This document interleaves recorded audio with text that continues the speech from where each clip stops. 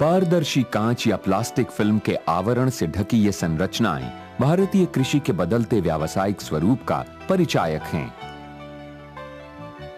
Green house या poly house के नाम से लोकप्रिय इन संरचनाओं ने फसल उत्पादन के लिए भौगोलिक स्थिति और मौसम पर निर्भरता समाप्त कर दी है।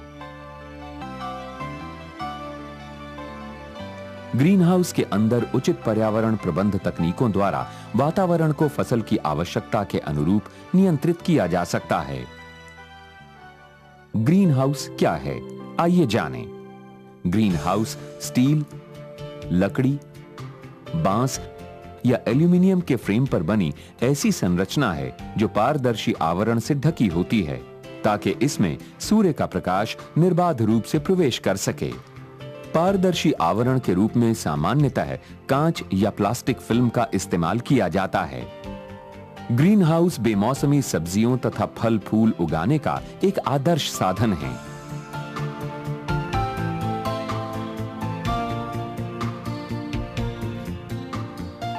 इसके अतिरिक्त पौध तथा टिश्यू कल्चर से विकसित नाजुक पौधों को कठोर बनाने के लिए ग्रीन हाउस का नियंत्रित वातावरण उपयोगी होता है।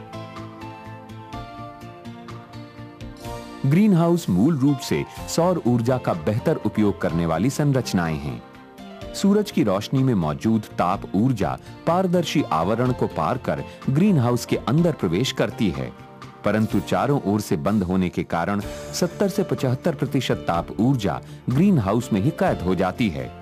फलस्वरूप ग्रीन हाउस के भीतर का तापमान बाहरी वातावरण की अपेक्षा बढ़ जाता है। आमतौर पर फूलों एवं सब्जियों की अच्छी बढ़वार व पैदावार के लिए 15 से 30 डिग्री सेल्सियस तापमान तथा 60 से 85% आपेक्षिक आर्द्रता उपयुक्त मानी गई है। मौसम कोई भी हो, ग्रीन हाउस के भीतर फसलों की बढ़वार के लिए अनुकूल वातावरण उपलब्ध कराया जाता है और यही ग्रीन हाउस की मुख्य विशेषता है। हमारे देश में मुख्य रूप से 4 डिजाइन के ग्रीन हाउस बनाए व इस्तेमाल किए जाते हैं, जिनकी अपनी अपनी विशेषताएं व उपयोगिताएं हैं। सुरंगनुमा ग्रीन हाउस। ये सुरंगनुमा ग्रीन हाउस पाइप से बने ढांचे को प्लास्टिक फिल्म से ढककर बनाए जाते हैं। ये बनावट में सरल और कीमत में कम है। इनमें प्राकृतिक वायु संचार बेहद कम होने से इनका उपयोग सर्दी के मौसम तक सीमित है। पंखे लगाने से इनका खर्चा बढ़ जाता है, जिससे आर्थिक व्यावहारिकता कम हो जाती है। अर्धगोलाकार छत वाला ग्रीन हाउस। सुरंगनुमा ग्रीन हाउस का उन्नत रूप है अर्धगोलाकार छत वाला ग्रीन हाउस। इसमें दोनों ओर खड़ी दीवारें हैं तथा छत अर्धगोलाकार है। खड़ी दीवारों पर नायलॉन का जालीदार नेट स्थायी रूप से लगा दिया जाता है ताकि बाहरी तथा भीतरी हवा का संचार होता रहे। इस प्रकार के ग्रीन हाउस बनावट में साधारण और कृषक द्वारा स्वयं ही बनाए जा सकते हैं। त्रिकोणीय छत वाला ग्रीन हाउस। इन त्रिकोणीय छत वाले झोपड़ी नुमा ग्रीन हाउस की छत में झरोखे अर्थात वेंटिलेटर्स बनाए जा सकते हैं, जिन्हें आवश्यकता अनुसार खोला तथा बंद किया जा सकता है। आरी के दांते नुमा ग्रीन हाउस। ग्रीन हाउस के भीतरी वातावरण को सबसे अधिक अनुकूल बनाने के लिए विकसित इस डिजाइन में छत आरी के दांतों की रचना के समान बनाई जाती है। इसे अंग्रेजी में सॉ टूथ ग्रीन हाउस कहा जाता है। इसकी छत पर झरोखे स्थायी रूप से लगे होते हैं, जिनसे गर्म हवा को बाहर निकलने में सुविधा होती है। ये डिजाइन अधिक क्षेत्रफल के ग्रीन हाउस बनाने में भी उपयोगी है। ग्रीन हाउस को बनाने का खर्च उसके डिजाइन तथा क्षेत्रफल पर निर्भर करता है। आमतौर पर भारत में व्यावसायिक खेती के लिए ग्रीन हाउस बनाने का खर्च 150 रुपए प्रति वर्ग मीटर से लेकर 1500 रुपए प्रति वर्ग मीटर तक हो सकता है। आइए अब देखते हैं कि अर्धगोलाकार छत वाला ग्रीन हाउस आप किस प्रकार स्वयं स्थानीय कारीगरों की मदद से बना सकते हैं, जिससे इसके बनाने का खर्च कम आएगा। ग्रीन हाउस की स्थापना के लिए चुना गया स्थान ऊंचाई पर होना चाहिए, जहां वर्षा के पानी का ठहराव न हो सके। ग्रीन हाउस को तेज हवा या आंधी से होने वाले नुकसान से बचाने के लिए वायु रोधक के रूप में वृक्षों की बाड़ लगानी उपयोगी रहती है। पर ध्यान रहे कि इन पेड़ों की छाया ग्रीन हाउस तक ना पहुंचे। निर्माण से पूर्व आवश्यक सामग्री की मात्रा का आकलन कर लें। पाइप के फ्रेम से ग्रीन हाउस बनाने के लिए GI पाइप चुनें। खड़ी दीवार बनाने के लिए पाइप का व्यास 40 मिलीमीटर तथा छत के लिए 25 मिलीमीटर व्यास का पाइप लें। 40 मिलीमीटर की पाइप को 2-2 मीटर की लंबाई के टुकड़ों में काटें। 25 मिलीमीटर व्यास की 6 मीटर लंबी पाइप को गोलाई में मोड़ें, जिसके लिए पाइप मोड़ने की हस्तचालित अथवा बिजली से चलने वाली मशीन की मदद ली जा सकती है। 6 मीटर स्टैंडर्ड लंबाई की पाइप को इस प्रकार मोड़ें कि दोनों सिरों से लगभग 35 डिग्री का कोण बने। इस प्रक्रिया को सुगमता से करने के लिए समतल फर्श पर रेखा चित्र बनाकर प्रत्येक पाइप को पूर्व निर्धारित आकार में मोड़ा जा सकेगा। इस प्रकार से मोड़ी गई 6 मीटर की पाइप से ग्रीन हाउस के एक पार्ट की चौड़ाई 4.5 मीटर बनेगी। आवश्यकता अनुसार पाइपों को तैयार करें।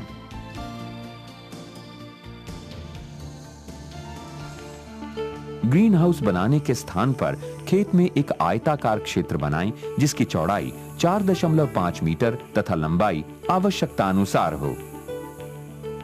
लंबाई की ओर प्रत्येक 2 मीटर पर एक 50 सेंटीमीटर गहरा गड्ढा खोदकर उसमें सीमेंट कंक्रीट से एक पाइप का खूंटा गाड़ें।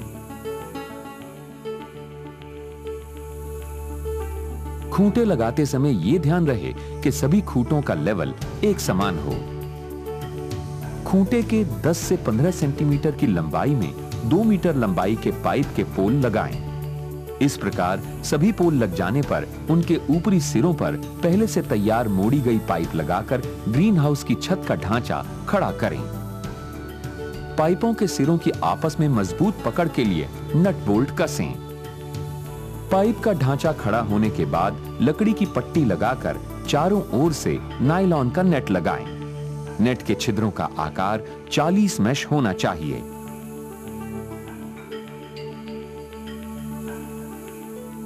नेट का निचला सिरा मिट्टी खोदकर दबाया जा सकता है। अब बारी है ग्रीन हाउस की छत व दीवारों पर प्लास्टिक फिल्म लगाने की। ध्यान रहे कि प्लास्टिक फिल्म तथा नायलॉन नेट दोनों ही पराबैंगनी किरणों के प्रभाव के प्रतिरोधी हों, यानी अल्ट्रावायलेट स्टेबलाइज्ड हों। साधारण प्लास्टिक फिल्म या नेट पराबैंगनी किरणों से 6 से 8 महीनों में ही खराब होकर फट जाते हैं। ग्रीन हाउस की ultraviolet stabilised plastic film 200 micron यानी 0.2 मिलीमीटर मोटी परत की तथा आमतौर पर 7 मीटर चौड़ाई के माप की इस्तेमाल में लाई जाती है। चारों ओर की दीवारों पर प्लास्टिक के मोड़ने योग्य पर्दे लगाने से वायु संचार नियंत्रण में सहायता मिलती है। ग्रीन हाउस में प्रवेश के लिए एक प्रवेश कक्ष बनाएं, जिसमें 2 द्वार हों।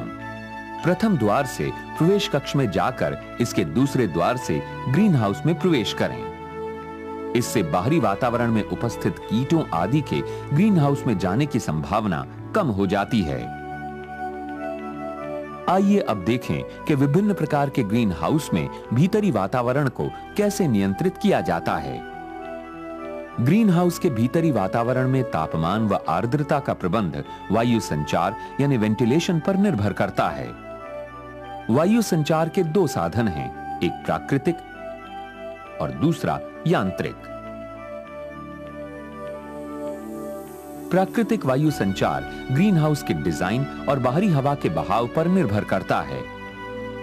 आमने सामने की दीवारों से प्लास्टिक के पर्दे को ऊपर समेट देते हैं ताकि बाहरी हवा नायलॉन के नेट से अंदर जा सके तथा अंदर की गर्म हवा को दूसरी ओर से बाहर निकाल दे। ग्रीन हाउस में यदि छत पर लगे झरोखे हैं तो अंदर अधिक गर्मी होने पर उन्हें खोलें और ग्रीन हाउस के अंदर का तापमान उपयुक्त होने पर इन्हें बंद करें। इन झरोखों से ग्रीन हाउस के अंदर की गर्म तथा नम हवा बाहर निकल जाएगी तथा साइड से बाहर की हवा अंदर पहुंचकर वातावरण को अनुकूल बनाएगी। कुछ ग्रीन हाउसों में छत के पास स्थायी रूप से झरोखे यानी वेंटिलेटर्स बनाए जाते हैं ताकि वायु संचार बना रहे। इस प्रकार के ग्रीन हाउस प्राकृतिक वायु संचार के लिए उत्तम हैं।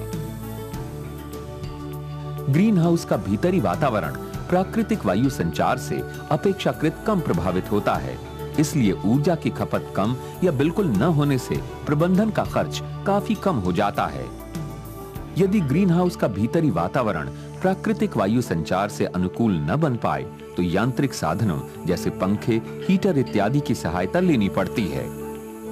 इस प्रकार के साधनों के इस्तेमाल में प्रयत्न करना होता है कि 1 मिनट में ग्रीन हाउस में कुल भीतरी आयतन के बराबर वायु का आदान प्रदान हो सके। वर्ष के अधिकांश समय भारत में ग्रीन हाउस का भीतरी तापमान बाहरी तापमान के मुकाबले अधिक रहता है। इसलिए यांत्रिक विधि में ग्रीन हाउस के अंदर शीतलन प्रणाली प्रयुक्त की जाती है। इसमें पंखों के साथ साथ पैड भी होते हैं, जिन्हें पानी द्वारा लगातार गीला करके छिद्रों द्वारा हवा को प्रवाहित किया जाता है। इस प्रकार अंदर आने वाली बाहरी हवा इन गीले पैड से होकर गुजरती है। नतीजा हवा का ठंडा होना। लगातार ठंडी हवा आने से ग्रीन हाउस के अंदर का तापमान कम हो जाता है, जो पौधों के अनुकूल होता है। इस प्रक्रिया को वाष्प शीतलन कहा जाता है। यह प्रक्रिया तब बहुत प्रभावी होती है जब बाहरी तापमान अधिक तथा आर्द्रता कम हो। ग्रीन हाउस के अंदर का तापमान कम करने तथा आर्द्रता को बढ़ाने के लिए फॉगिंग तकनीक का इस्तेमाल भी किया जाता है। इसमें उच्च दाब के फव्वारों से पानी की बहुत महीन बूंदें वातावरण में फैला दी जाती हैं तथा अंदर की हवा को बाहरी हवा से पंखों द्वारा बदल दिया जाता है। यह प्रक्रिया पौध व टिश्यू कल्चर पौधों के लिए बहुत प्रभावी है।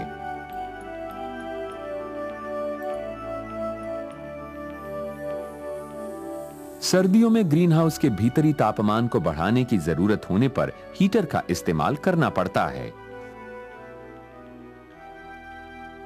ग्रीन हाउस की पर्यावरण प्रबंध तकनीकों ने किसानों के लिए मौसम के उतार चढ़ाव की परेशानी को कम कर दिया है।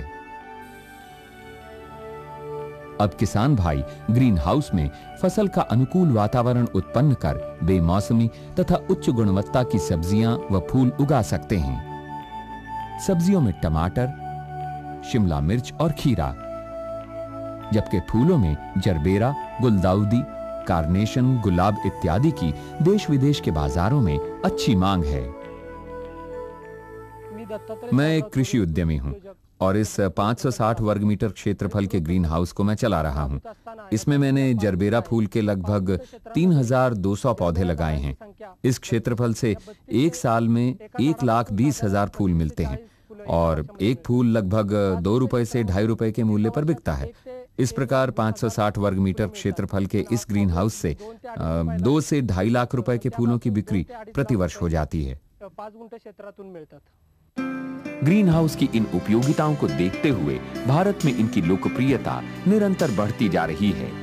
इन्हें अपनाने वाले छोटे तथा बड़े किसानों अथवा उद्यमियों की आर्थिक दशा में सुधार हुआ है।